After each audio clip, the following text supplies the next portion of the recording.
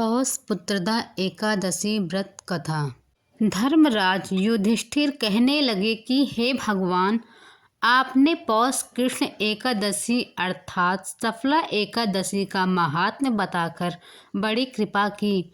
अब आप कृपा करके मुझे पौष मास के शुक्ल पक्ष की एकादशी के विषय में बतलाइए। इस एकादशी का क्या नाम है तथा इसके व्रत का क्या विधान है, इसकी विधि क्या है, इसका व्रत करने से किस फल की प्राप्ति होती है और उसमें कौन से देवता का पूजन किया जाता है, कृपया यह सब विधान पूर्वक कहिए। भगवान श्री कृष्ण बोले, पौष मास के शुक्ल पक्ष में आने वाली इस एकादशी को पौष पुत्रदा एकादशी कहा जाता है। इसमें भी नारायण भगवान की पूजा की जाती है। विधि पूर्वक इस व्रत को करना चाहिए। इस चर और अचर संसार में पुत्रदा एकादशी व्रत के समान दूसरा कोई व्रत नहीं है। इसके पुण्य से भी मनुष्य तपस्वी, विद्वान और लक्ष्मीवान होता है। इसकी मैं एक कथा कहता हूँ, सो तुम ध्यान पूर्वक सुनो। भद्रावती नामक नगरी में सुकेतुमान नाम का एक राजा राज करता था। उसके कोई पुत्र नहीं था। उसकी स्त्री का नाम सैव्या था।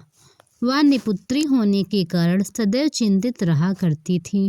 राजा के पितर भी रो रो कर पिंड लिया करते थे और सोचा करते थे कि इसके बाद हमको कौन पिंड देगा। राजा को भाई बांधव, धन, हाथी घोड़े, राज्य और मंत्री, इन सब में से किसी से भी संतोष नहीं होता था। वह सदैव यही विचार करता था कि मेरे मरने के बाद मुझको कौन पिंडदान देगा। बिना पुत्र के पितरों और देवताओं का ऋण मैं कैसे चुका सकूंगा। जिस घर में पुत्र ना हो उस घर में सदैव अंधेरा ही रहता है। इसलिए पुत्र उत्पत्ति के लिए प्रयत्न करना चाहिए। जिस मनुष्य ने पुत्र का मुख देखा है वह धन्य है। उसको इस लोक में यश और परलोक में भी शांति मिलती है, अर्थात दोनों लोग सुधर जाते हैं। पूर्व जन्म के कर्म से ही इस जन्म में पुत्र, धन आदि प्राप्त होते हैं।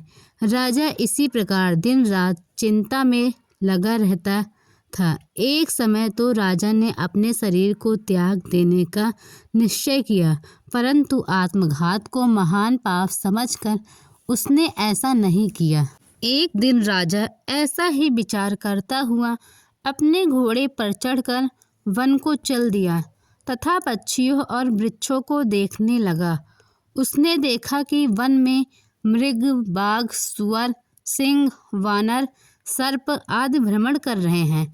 हाथी अपने बच्चों और हथनियों के बीच घूम रहा है।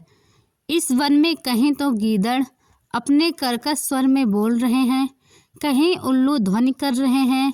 वन के दृश्यों को देखकर राजा सोच विचार में लग गया। इसी प्रकार आधा दिन बीत गया। वह सोचने लगा, मैंने कई यज्ञ किए, ब्राह्मणों को स्वादिष्ट भोजन से तृप्त किया, फिर भी मुझको दुख प्राप्त हुआ क्यों। राजा प्यास के मारे अत्यंत दुखी हो गया और पानी के तलाश में इधर उधर फिरने लगा। थोड़ी दूरी पर राजा ने एक सरोवर देखा। उस सरोवर में कमल खिले थे तथा सारस, हंस, मगरमच्छ आदि विहार कर रहे थे। उस सरोवर के चारों ओर मुनियों के आश्रम बने हुए थे। उसी समय राजा के दाहिने अंग फड़कने लगे।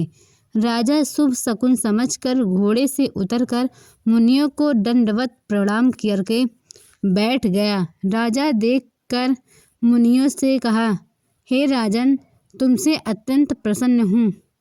तुम्हारी क्या इच्छा है सो कहो। राजा ने पूछा, महाराज आप कौन हैं और किस लिए यहाँ आए हैं, कृपा करके बताइए। मुनि कहने लगे कि हे राजन, आज संतान देने वाले पुत्रदा एकादशी है। हम लोग विश्वदेव हैं और इस सरोवर में स्नान करने के लिए आए हैं। यह सुनकर राजा कहने लगा कि हे महाराज, मेरे भी कोई संतान नहीं है। यदि आप मुझ पर प्रसन्न हैं तो मुझे एक पुत्र का वरदान दीजिए। मुनि बोले, हे राजन, आज पुत्रदा एकादशी है। आप अवश्य ही इसका व्रत करें। भगवान की कृपा से अवश्य ही आपके घर में पुत्र होगा। मुनि के वचनों को सुनकर राजा ने उसी दिन एकादशी का व्रत किया और द्वादशी को उसका पारण किया। इसके पश्चात मुनियों को प्रणाम करके महल में वापस आ गया।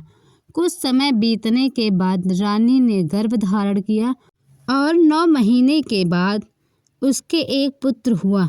वह राजकुमार अत्यंत शूरवीर, यशस्वी और प्रजापालक हुआ। श्री कृष्ण बोले, हे राजन, पुत्र की प्राप्ति के लिए पुत्रदा एकादशी का व्रत करना चाहिए।